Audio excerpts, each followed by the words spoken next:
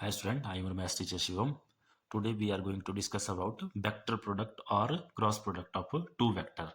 तो आज हम देखेंगे दो वेक्टर का वेक्टर प्रोडक्ट या उसको बोलते हैं आप लोग सिंपल क्रॉस प्रोडक्ट कैसे फाइंड आउट करेंगे। तो इसको देखो हम एक एग्जांपल के हेल्प से समझते हैं। जैसे मान लो हमारे पास दो वेक्टर हैं, ए वेक्टर एंड बी वेक्टर। अब आपको पता है कोई भी वेक्टर है तो उसमें आई जे के ये यूनिट वेक्टर होते हैं और साथ में उसका कुछ मैग्नीट्यूड होता है। तो जैसे ए वेक्टर है 2i plus 5j plus 3k और बी वेक्टर है हमारे पास 3i plus 2j plus 4k। अब इन दोनों वेक्टर का निकालना है हम लोगों ने क्रॉस प्रोडक्ट। तो क्रॉस प्रोडक्ट आपको पता है क्रॉस प्रोडक्ट यूनिट करते हैं हम ए क्रॉस बी। अब इसमें एक चीज़ का ध्यान रखना आप लोगों ने, जो क्रॉस प्रोडक्ट होता है हमारा वो कॉम्यूटेटिव नहीं होता है। कॉम्यूटेटिव नहीं होता है इसका मतलब क्या है? इसका मतलब ये है कि अगर आप लोग ए क्रॉस बी निकाल रहे हैं तो उसकी वैल्यू बी क्रॉस ए के इक्वल नहीं आएगी। इनकी वैल्यू अलग अलग होती है। ठीक है, इनका ऑर्डर यहाँ पे मैटर करता है कि किस ऑर्डर में इनको लिखना है। तो ए क्रॉस बी निकाल रहे हैं तो ए क्रॉस बी लिखेंगे, बी क्रॉस ए उसको नहीं लिखेंगे। बी क्रॉस ए की वैल्यू कुछ और आएगी हमारे पास। तो जब आप लोगों ने ए क्रॉस बी निकालना तो सबसे पहले उसके लिए क्या करना, ए क्रॉस बी लिखा, फिर उसके बाद equal to A cross B equal to. अब ये जो वेक्टर दिए हैं आप लोगों के पास इनका बनाना डिटर्मिनेंट, और वो डिटर्मिनेंट कैसे उसकी फॉर्मेशन करनी है तो उसके लिए टू पैरेलल लाइंस लगा लेनी। इस तरह से टू पैरेलल लाइन लगा लेनी। अब यहाँ पे जो फर्स्ट रो आएगी वहाँ लिखना आई कैप जे कैप के कैप, आई कैप जे कैप के कैप। क्लियर है? उसके बाद अब देखना, यहाँ देखो हम निकाल रहे हैं ए क्रॉस बी। ए है हमारे पास पहले, अगर जब बी क्रॉस से निकालेंगे तो बी पहले होगा। ठीक है, तो अभी है हमारे पास ए पहले, तो ए जो वेक्टर है उसकी वैल्यूज ये यहाँ पे 2i plus 5j plus 3k। तो आई के नीचे इसके आई का कोएफिशिएंट, तो यहाँ आई के साथ है 2, तो यहाँ पे आ गया 2। नेक्स्ट जे का कोएफिशिएंट 5, नेक्स्ट के का कोएफिशिएंट 3। और नेक्स्ट जो थर्ड रो आएगी अब आएगी वो जो आपका वेक्टर बी है उसके आई जे के कोएफिशिएंट। तो बी में आई का कोएफिशिएंट है 3, तो आई के नीचे 3। जे का कोएफिशिएंट है 2, तो जे के नीचे 2 और के का कोएफिशिएंट है 4। तो ये होगी इसकी डिटर्मिनेंट फॉर्मेशन। यहाँ से इसको एक बार दोबारा से देख लो। सबसे पहले फर्स्ट रो में आई जे के जिनको हम लोगों ने सॉल्व करना है। उसके बाद अगर ए क्रॉस बी निकाल रहे हैं तो ए वेक्टर के कोएफिशिएंट आई जे के, उसके बाद बी वेक्टर के कोएफिशिएंट आई जे के कोएफिशिएंट। अब इसमें जो साइन होगा इनका उसी साइन के साथ लेना। जैसे इस एग्जांपल में हमने से सारे के सारे पॉजिटिव लिए हैं तो पॉजिटिव साइन नंबर नहीं लगाते हैं, अंडरस्टूड होता है कि पॉजिटिव साइन नंबर के साथ। अब नेक्स्ट देखेंगे इस डिटर्मिनेंट को सॉल्व कैसे करते हैं। तो इस डिटर्मिनेंट को देखो कैसे सॉल्व करना है आप लोगों ने, ध्यान से देखो। जो ये जो डिटर्मिनेंट बना है पहले ये सॉल्व करना है। ए क्रॉस बी निकाल रहे हैं हम, तो उसमें सबसे पहला काम रहेगा आप लोगों के पास यहाँ लिख लेना आई, आई प्लस आई आएगा। उसके बाद आई के लिए जो वैल्यू आएगी दोबारा ऐसे छोटी पैरेलल लाइंस लगानी है, और जो आई के लिए जो वैल्यू आएगी वो लिखनी है आप लोगों ने इस तरह से। आई को देखना आई कौन सी रो में है। ठीक है, तो आई की है इस रो में, ये यहाँ पे आई, तो इसकी आगे वाली रो और नीचे वाला ये जो कॉलम है यहाँ पे इन दोनों को कवर कर लेना। तो जैसे जिस जिस लाइन में आई आ रहा है दोनों साइड को, तो ऊपर इस साइड में आ रहा है, नीचे आई जो है आपका इस साइड में आ रहा है। आप इसको हाथ से कवर कर सकते हैं, मैंने यहाँ पे पेपर से इसको कवर कर लिया। अब ये जो वैल्यू बची हमारे पास 5 3 2 4, ये इसी ऑर्डर में लिख लेनी जिस ऑर्डर में बची हुई। जैसे यहाँ ऊपर वाली रो में 5 3 है, नीचे वाली में 2 4 है, तो 5 3 2 4 ये होगी आई की वैल्यू। अब नेक्स्ट है हमारे पास जे, आई के बाद जे। तो यहाँ पे जो आई आएगा वो पॉजिटिव आएगा, उसके बाद जो जे आएगा वो नेगेटिव आएगा। अल्टरनेट साइन आपने यूज करने हैं, आई के साथ प्लस जे के साथ माइनस, और दोबारा नेक्स्ट जो के आएगा दोबारा प्लस के साथ आएगा, पॉजिटिव आएगा। अब जे के लिए वैल्यू तो दोबारा पैरेलल लाइंस, और जे के लिए दोबारा वैल्यू वैसे ही जैसे आई के लिए निकाली। अब जिन जिन लाइंस में जे है तो जे के लिए नीचे वाली लाइन ये है, इसको कवर कर देंगे। ऊपर वाली लाइन ये है तो इसको कवर कर देंगे। तो अब जे के लिए वैल्यू आ गई हमारे पास 2 3 एंड 3 4।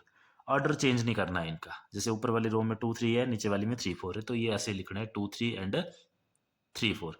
अब बात आती है के की, तो आई हो गया पॉजिटिव, जे हो गया नेगेटिव। अब दोबारा अल्टरनेट साइन आएगा तो के आएगा पॉजिटिव, और उसके लिए दोबारा ऐसे लाइंस। अब के लिए वैल्यू दोबारा के वाले को कवर कर देंगे, तो के ये आपका ये यहाँ पे, तो इसके लिए लाइन है ये ऊपर वाली एक ये वाली, तो के कवर हो गया।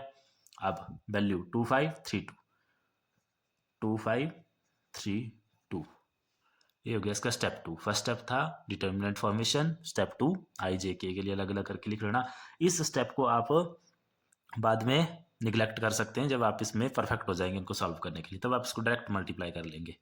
अब देखो नेक्स्ट सॉल्व कैसे करना है इसको। तो नेक्स्ट सॉल्व करना है A cross B is equal to I cap का आई कैप। अब ये जो है आप लोगों के पास ये सॉल्व होता है हमारे पास क्रॉस मल्टीप्लिकेशन के थ्रू। तो भी क्रॉस मल्टीप्लिकेशन कैसे होती है तो ये आप लोगों ने 10th क्लास में भी सीखा होगा, अगर नहीं सीखा है तो कोई बात नहीं। देखो यहाँ से स्टार्ट करना क्रॉस में, ऐसे क्रॉस लगाना, ऐसे इसकी मल्टीप्लाई इसके साथ, देन माइनस इसकी मल्टीप्लाई इसके साथ। वैसे नेक्स्ट भी 2 की मल्टीप्लाई 4 के साथ, देन माइनस आएगा, फिर 3 की मल्टीप्लाई 3 के साथ। यहाँ पे भी 2 की मल्टीप्लाई 2 के साथ, फिर देन माइनस आएगा एंड 3 की मल्टीप्लाई 5 के साथ। क्लियर है? तो देखो सबसे पहले आई के लिए हम सॉल्व करेंगे, तो यहाँ पे ब्रैकेट लगाएंगे। पहला आएगा 5 मल्टीप्लाई बाई 4, इन दोनों की मल्टीप्लाई करनी, सिंपल ऐसे लिख लो 5 मल्टीप्लाई बाई 4। उसके बाद नेक्स्ट लगाना माइनस, यहाँ पे ये माइनस होता है फॉर्मूले का माइनस, इसमें कंफ्यूज नहीं होना कहाँ से आया, ये लगेगा ही लगेगा आपके हर क्वेश्चन में। तो माइनस आ गया, फिर इन दोनों की multiply 2 multiply by 3 then bracket close. ये हो गया आई के लिए सॉल्व। नेक्स्ट है minus J cap, minus J cap, अब इसको भी ऐसे सॉल्व करेंगे तो 2 मल्टीप्लाई बाई 4, 2 मल्टीप्लाई बाई 4, उसके बाद फॉर्मूले का minus and then 3 multiply by 3, 3 multiply by 3 and bracket close. Next है positive K cap, bracket start 2 2 ज़ा 4, या सिंपल ऐसे लिख लो पहले 2 multiply by 2 then minus 3 multiply by 5। बस अब आपका काम कंप्लीट है, अब क्वेश्चन आपका मैक्सिमम सॉल्व है। अब क्या करना, सिंपल इसमें मल्टीप्लिकेशन है या डिवाइड है या सब में उसको करो। तो सबसे पहले आपको पता है अगर बॉड मास का यूज़ करें तो सबसे पहले मल्टीप्लाई होती है। तो आई कैप, यहाँ देखो 5 4 ज़ा 20 माइनस 2 3 ज़ा 6 माइनस जे कैप 2 4 ज़ा 8 माइनस 3 3 ज़ा 9। नेक्स्ट प्लस के कैप, ये हो गया 2 2 ज़ा 4 माइनस 3 5 ज़ा 15, 3 5 ज़ा हो गया 15। अब नेक्स्ट 20 माइनस 6 हो गया 14, साथ में लिख लेंगे आई। अब यहाँ पे देखो ये है माइनस जे, तो ऐसे लिख लो इसको माइनस जे। 8 माइनस 9 होता है माइनस 1। नेक्स्ट हो गया हमारे पास प्लस के है, उसके बाद यहाँ है 4 माइनस 15, तो 4 माइनस 15 हो गया आप लोगों के पास माइनस 11। तो अब इसको सॉल्व कर लो तो 14 आई और माइनस माइनस प्लस 1 जे या सिंपल जे और प्लस माइनस माइनस 11 के। तो ये आ गया आप लोगों के पास ए क्रॉस बी की वैल्यू। तो ये आई है ए क्रॉस बी की वैल्यू। और आप लोगों ने पढ़ा भी होना इसकी थ्योरी में कि वेक्टर प्रोडक्ट जब भी सॉल्व करेंगे तो आंसर वेक्टर में ही आएगा। तो आई जे के यूनिट वेक्टर लगे हैं तो ये आंसर आपका वेक्टर में ही आया है। तो ये आपका vector product of a two vector. अब इसमें एक और एग्जांपल लेके देखते हैं हम। अब देखो ये जो एग्जांपल लिया था हमने, इसमें ए की वैल्यू थी आप लोगों के पास 2i plus 5j plus 3k and B की वैल्यू थी 3i plus 2j plus 4k। ये सारी की सारी वैल्यू पॉजिटिव थी, ठीक है। अब एक को कोई ऐसा एग्जांपल लेते हैं जिसमें कुछ वैल्यू पॉजिटिव है एंड कुछ वैल्यू नेगेटिव है। जैसे for example vector A minus 7i plus 3j plus k, इसमें जो i का कोएफिशिएंट है वो नेगेटिव है एंड देन बी वेक्टर में j और k का कोएफिशिएंट नेगेटिव है। अच्छा यहाँ पे एक और इम्पॉर्टेंट बात जो आप लोगों ने याद रखनी है वो है ये कि जैसे मान लो कोई वेक्टर आपको ऐसे दिया है, A vector is equal to 3i plus K. तो अब देखो इसमें आप लोगों को दिख रहा है यहाँ पे वेक्टर है a is equal to 3i plus K. तो अब के तो है यहाँ पे i भी है लेकिन j का है। तो अगर वेक्टर इस तरह से दिया है तो उसको आप सिंपल ऐसे लिख सकते हैं 3i। अब जो नहीं है तो उसको लिख सकते हैं 0j प्लस के, और के के साथ कोई नंबर नहीं है तो उसका मतलब इसके साथ है 1। फिर यहाँ से आपको ऑप्शन मिल जाएंगे i का 3, j का 0 एंड k का 1। क्लियर है? चलो आ जाओ एग्जाम्पल पे। अब एग्जाम्पल लिया हमने ये वाला, तो इसके लिए दोबारा निकालेंगे ए क्रॉस बी। तो अगर ए क्रॉस बी निकाल रहे हैं तो फर्स्ट स्टेप डिटर्मिनेशन फॉर्मेशन।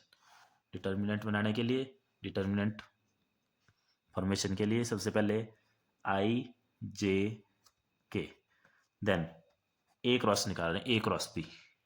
तो ए वेक्टर के कोएफिशिएंट -7 प्लस 3 और के के साथ कुछ नहीं है तो इसका मतलब 1 है यहाँ पे। नेक्स्ट बी के 2 -3, यहाँ पे देखो माइनस है तो -3j और आगे -5।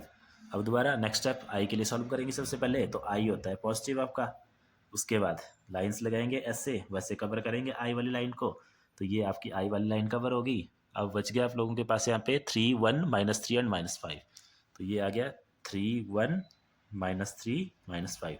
नेक्स्ट आई के बाद आता है जे, और अल्टरनेट साइन के साथ आता है। अगर आई के साथ मतलब पॉजिटिव है तो वो नेगेटिव आएगा, और आई हमेशा पॉजिटिव लेते हैं हम, जे जो नेगेटिव एंड देन के पॉजिटिव। अब जे के लिए दोबारा वैल्यू, तो जे वाली लाइनों को कवर कर लो, जे ऊपर इस लाइन में है और नीचे को ये वाली लाइन कवर होगी आपकी।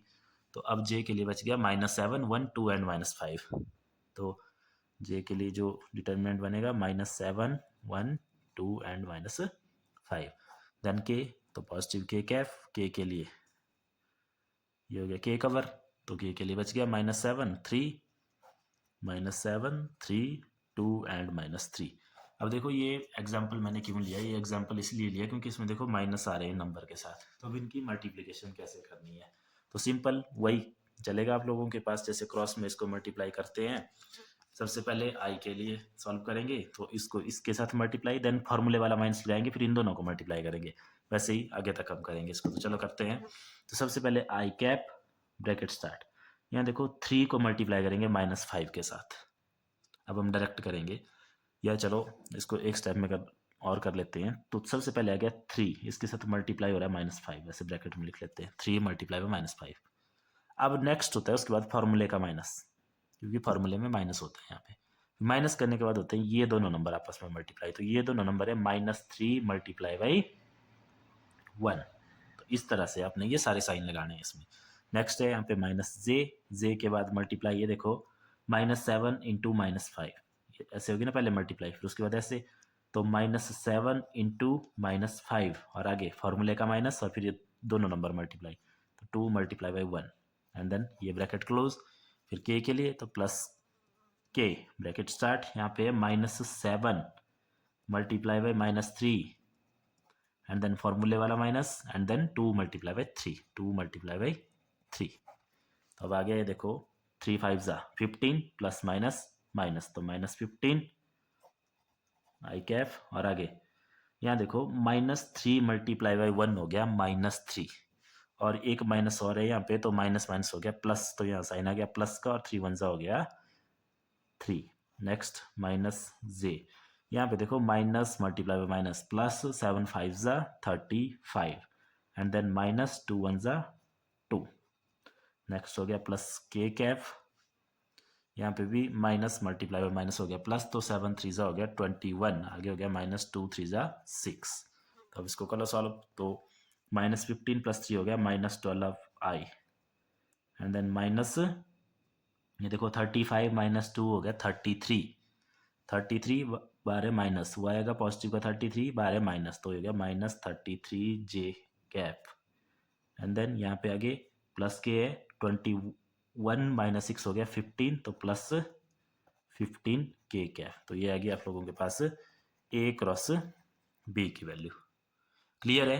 अब मान लो आप लोगों के से ए क्रॉस बी नहीं बल्कि ए क्रॉस बी की जगह बी क्रॉस ए पूछा गया है, तो जब अगर बी क्रॉस ए पूछा होगा तो उस टाइम आपने क्या करना है, जैसे ये बना ए क्रॉस बी के लिए, तो बी क्रॉस ए के लिए आप ऐसे लिखेंगे बी क्रॉस ए, दोबारा डिटर्मिनेंट बनाएंगे आई जे के, बट उस डिटर्मिनेंट में जो एंट्रीज आएगी वो आएगी पहले बी की, क्योंकि यहाँ पे लिखा है मैंने बी क्रॉस ए, और क्रॉस प्रोडक्ट जो है आपका ये कॉम्यूटेटिव नहीं होता है, इसमें ऑर्डर मैटर करता है। तो बी पहले है तो बी वाले का ऑप्शन पहले लिखेंगे 2 3 -5, 2 -3 -5, तो यह आ जाएगा 2 -3 -5, और नेक्स्ट आ जाएगा आप लोगों के पास -7 3 1। फिर इसको सॉल्व करेंगे, फिर देखेंगे आपका आंसर चेंज आएगा। तो ये था हमारा क्रॉस प्रोडक्ट। Thank you.